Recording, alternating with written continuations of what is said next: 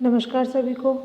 आज हम कक्षा 11 की समाजशास्त्र की ऑनलाइन क्लास में समाज का बोध नामक पाठ्य पुस्तक का पाठ 5 भारतीय समाजशास्त्री का टॉपिक परंपरा एवं परिवर्तन पर डीपी मुखर्जी के विचार पेज नंबर 99 पे पढ़ेंगे। डीपी मुखर्जी भारतीय इतिहास तथा अर्थव्यवस्था के प्रति अपने असंतोष के कारण समाजशास्त्र की ओर मुड़े। उनका ये मानना था कि भारत की सामाजिक व्यवस्था की उसका निर्णायक एवं विशिष्ट लक्षण है, इसलिए यह प्रत्येक सामाजिक विज्ञान के लिए आवश्यक है व इस संदर्भ में इससे जुड़ा हो। भारतीय संदर्भ में निर्णायक पक्ष उनका सामाजिक पक्ष है। इतिहास, राजनीति, अर्थशास्त्र पश्चिम के मुकाबले भारत में कम विकसित थे।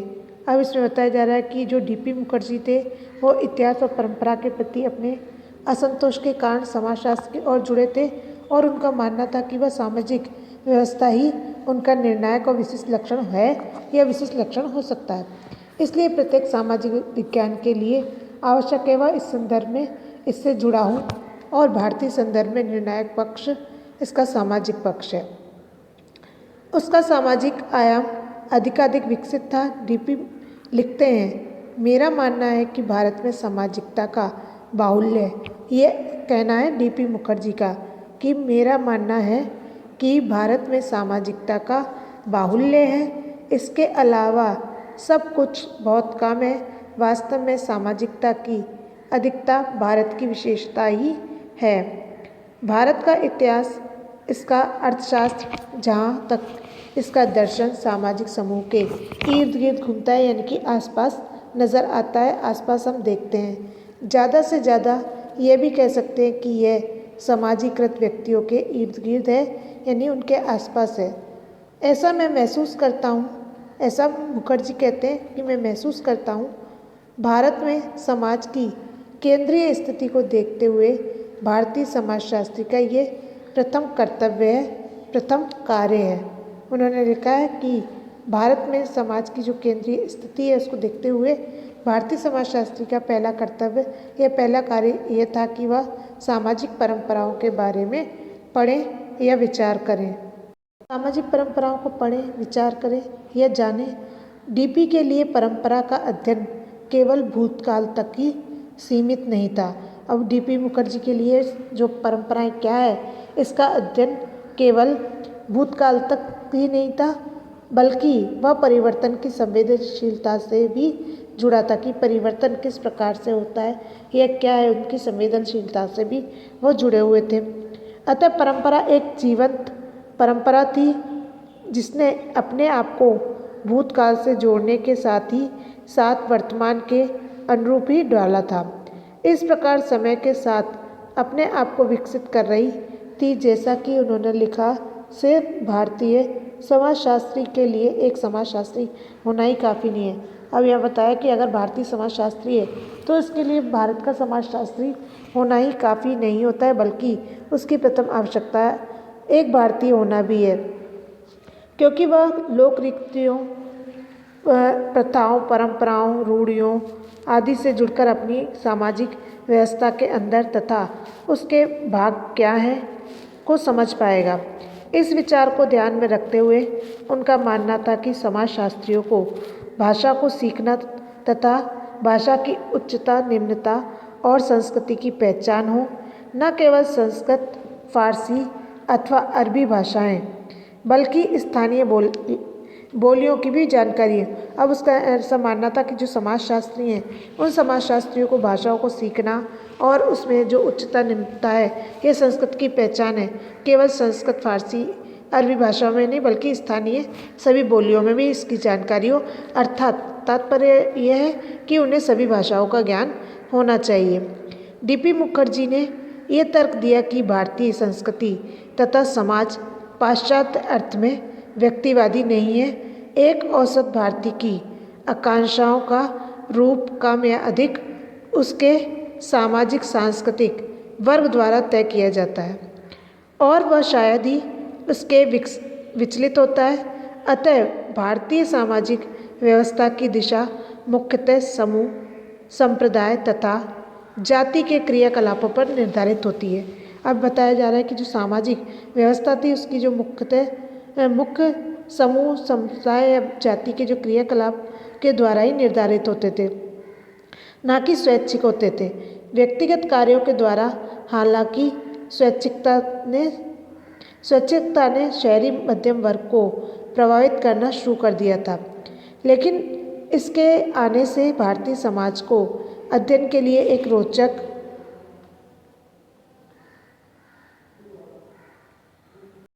जो भारतीय समाजशास्त्री हैं उनको भारतीय समाज को अध्ययन के लिए एक अच्छा रुचिकर विषय मिल गया। परंपरा शब्द का मूल अर्थ संचारित या प्रेषित करना है। कहा जाए कि परंपरा का अर्थ बताइए, तो परंपरा का अर्थ संचारित या प्रेषित करना है, भेजना है।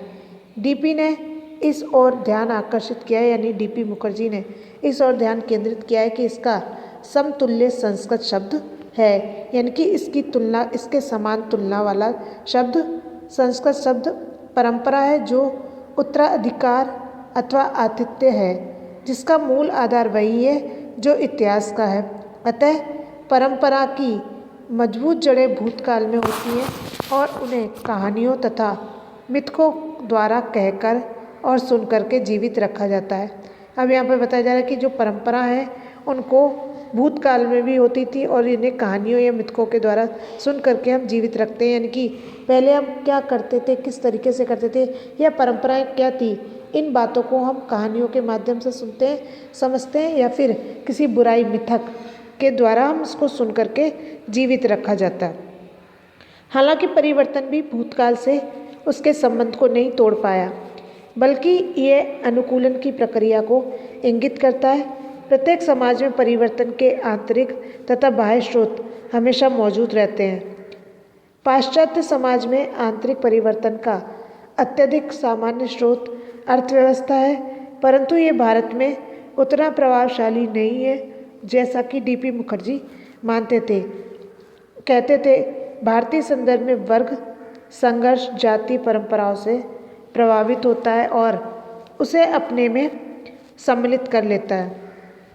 भारत में एक नवीन वर्ग संघर्ष उत्पन्न हुआ था। भारत में नवीन वर्ग संघर्ष अभी स्पष्ट रूप में उभर करके नहीं आया।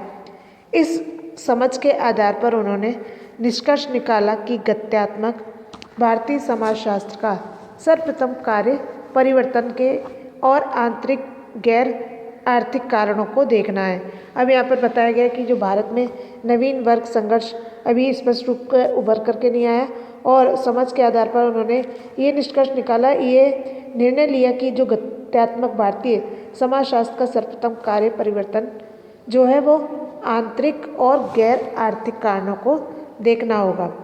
डीपी की यह मान्यता थी कि भारतीय परंपरा में परिवर्तन के 3 सिद्धांतों को मान्यता दी गई है। जो परिवर्तन के सिद्धांत है उसमें 3 सिद्धांतों को मान्यता दी गई है। वे सिद्धांत हैं श्रुति, स्मृति और अनुभव। इन सब में आखिरी अनुभव अथवा व्यक्तिगत अनुभव क्रांतिकारी सिद्धांत हैं। ये डीपी मुखर्जी के हैं। डीपी मुखर्जी की मान्यता थी कि भारतीय परंपरा में जो परिवर्तन के सिद्धांत हैं वो है श्रुति, स्मृति और अनुभव। श्रुति का अर्थ होता है सुनना, स्मृति का अर्थ होता है याद करना और अनुभव का अर्थ है अनुभव। सुनना, सुन करके याद करना और याद करके उसका अनुभव करना। इन सब में आखिरी अनुभव अथवा व्यक्तिगत अनुभव क्रांतिकारी सिद्धांत है। इसका अर्थ यह हुआ कि इस भारतीय समाज में परिवर्तन का सर्वप्रथम सिद्धांत सामान्यीकृत अनुभव अथवा समूहों का सामूहिक अनुभव था, यानी उच्च परंपराएं स्मृति तथा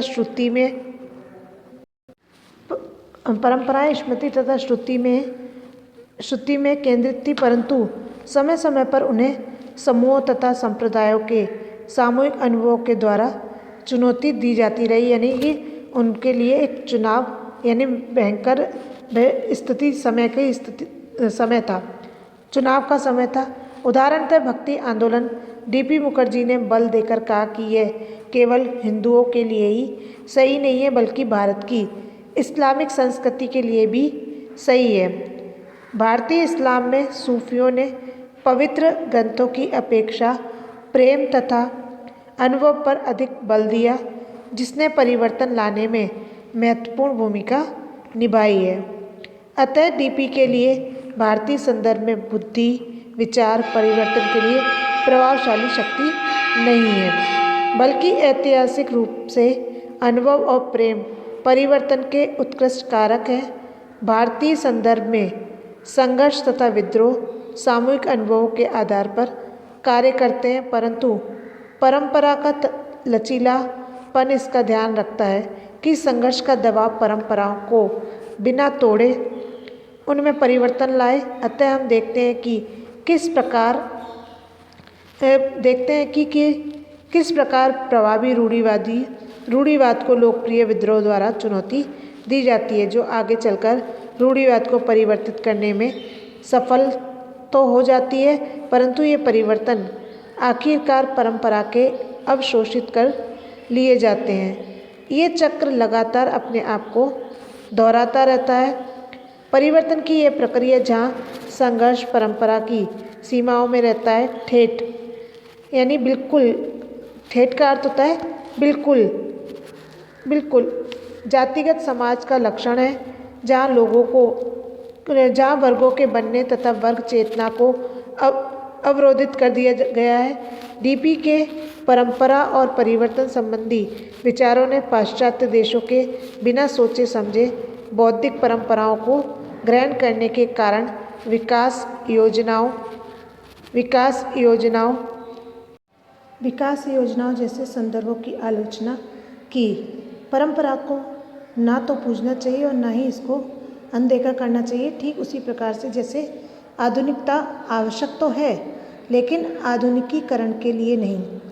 डीपी परंपरा के समीक्षक थे, उन्हें विरासत में मिली थी, और साथ ही वे आधुनिकता के प्रशंसक आलोचक भी थे, जिसके कारण उनके स्वयं के बौद्धिक परिप्रेक्ष्य को आकार प्राप्त हुआ। A.R. देसाई ऐसे विरले समाजशास्त्री थे, यानी कि अनोखे अद्भुत। विरले का अर्थ होता है अनोखे अद्भुत, अलग ही। विरले भारतीय समाजशास्त्री थे जो सीधे तौर पर राजनीतिक पार्टियों से औपचारिक सदस्य के रूप में राजनीति से जुड़े थे। देसाई आजीवन मार्क्सवादी रहे तथा मार्क्सवादी राजनीति में उनकी सक्रियता बड़ौदा में स्नातक की पढ़ाई करते हुए हुई। हालांकि बाद में उन्होंने भारतीय कम्युनिस्ट पार्टी की सदस्यता से इस्तीफा दे दिया। उन्होंने बाद में अपनी पढ़ाई की, और पढ़ाई करने के बाद में उन्होंने जो भारतीय कम्युनिस्ट पार्टी की सदस्यता मिली थी उसको उन्होंने त्याग दिया, इस्तीफा दे दिया। अपने व्यवसाय के अधिकांश भाग में वे गैर मुख्य धारा के मार्क्सवादी राजनीतिक समूहों से जुड़े थे। देसाई के पिता बड़ौदा राज्य में माध्यमिक स्तर के प्रशासनिक अधिकारी थे, लेकिन साथ ही वे एक जाने माने उपन्यासकार भी थे। जो ये थे डीपी मुखर्जी, इनके पिता जो थे, देसाई के पिता जो थे वो बड़ौदा राज्य में माध्यमिक स्तर के एक प्रशासनिक अधिकारी थे, लेकिन साथ ही वे एक जाने माने उपन्यासकार भी थे, उपन्यास को लिखने वाले थे। उनके मन में भारतीय राष्ट्रवाद, गांधीवाद तथा समाजवाद दोनों के लिए हमदर्दी थी। देसाई की माता का देहांत उनके जीवन के प्रारंभिक काल में हो गया था। उनकी देखभाल उनके पिता ने की थी, यानी कि जब देसाई की माँ की मृत्यु, जब देसाई का जन्म हुआ उसी समय हो गया, और उनकी देखभाल उनके पिता ने की। पिता के बड़ौदा के विभिन्न स्थानों में लगातार होने वाले स्थानांतरण के कारण देसाई ने प्रवासी जीवन जिया। अब पिता जो थे वो नौकरी पेशा थे, यानी नौकरी करते थे, और उनका नौकरी में बार बार स्थानांतरण होने के कारण, तबादला होने के कारण जो देसाई ने जीवन जिया वो प्रवासी का जीवन जिया। देसाई ने अपनी पढ़ाई पूरी कर बड़ौदा में स्नातक की पढ़ाई पूरी करने के बाद देसाई ने बम्बई विश्वविद्यालय के समाजशास्त्र विभाग में प्रवेश लिया, जहाँ घुरे उनके गुरु थे। उन्होंने भारतीय राष्ट्रवाद के सामाजिक पहलुओं पर अपने डॉक्टरेट का शोध ग्रंथ लिखा, जिस पर 1996 में उन्हें डिग्री प्रदान की गई थी। यानी कि जो सामाजिक पहलू थे, सामाजिक पहलुओं पर उन्होंने पीएचडी की, डॉक्टरेट का शोध ग्रंथ लिखा और 1946 में उन्हें डिग्री भी प्रदान की गई। 1948 में उनकी thesis the social background of Indian nationalism प्रकाशित हुई, जो उनके द्वारा किए गए कार्यों में सबसे बेहतरीन है। इस पुस्तक में देसाई ने भारतीय राष्ट्रवाद का मार्क्सवादी विश्लेषण किया, जिसमें आर्थिक प्रक्रियाओं एवं विभाजनों को महत्व दिया गया है, यह ध्यान में रखते हुए कि ब्रिटिश उपनिवेशवाद के समय हालात कैसे थे। हालांकि इसकी आलोचना भी हुई, इसकी लोगों ने बुराइयां भी की, फिर भी यह पुस्तक बेहद प्रसिद्ध हुई। इसका कई बार पुनः मुद्रण हुआ, कई बार ये बार प्रकाशित हुई। अन्य विषय पर देसाई ने काम किया वे किसान आंदोलन तथा ग्रामीण समाजशास्त्र, आधुनिकीकरण, नगरीय मुद्दे, राजनीतिक समाजशास्त्र, राज्य के स्वरूप और मानवाधिकार। चूँकि मार्क्सवाद भारतीय समाजशास्त्र में बहुत प्रभावशाली या महत्वपूर्ण नहीं था, अतः A.R. देसाई को अपने विषय की तुलना में बाहर ज़्यादा नाम मिला, क्योंकि हालांकि देसाई को कई पदवियों से सम्मानित किया गया था। वे इंडियन सोशियोलॉजिकल सोसाइटी के अध्यक्ष भी रहे।